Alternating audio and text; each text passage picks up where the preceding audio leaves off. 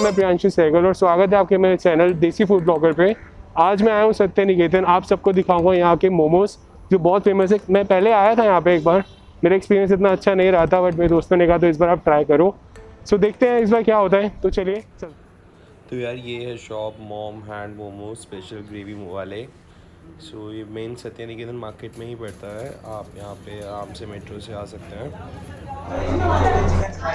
तो यार हमने ट्राई करा है यहाँ पे अपना तंदूरी पीली मोमोज। सो अब टेस्ट करके देखते हैं और आपको बताते हैं कि कैसा लगता है। यार अच्छा था, टेस्ट वाइज तो काफ़ी अच्छा रहा और थोड़ा फ्रेश भी लगा मेरे को। जैसे अभी कोरोना टाइम पे हर जगह हमारे को फ्रेश खाना इतना मिल रहा है। चिकन भी था, सोयाबीन भी था, जैसे आप हम देखते हो सोयाबीन मिलता है। रेट वाइज भी ठीक है, आपको जैसे मेन्यू में आपको दिखा दूँगा।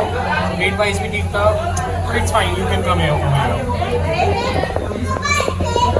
तो ये पीछे मेरी शॉप थी जैसे कि आप देख सकते हैं। सो यहाँ पे हम लोग अब काफ़ी देर से अपना टाइम स्पेंड करा, काफ़ी अच्छा भी लगा। और खाना की बारे में बात करूँ तो ठीक था, और मोमोज के अगर बात करो तो ठीक थे, मतलब बेटर थे पहले से, बट अभी तो ठीक थे।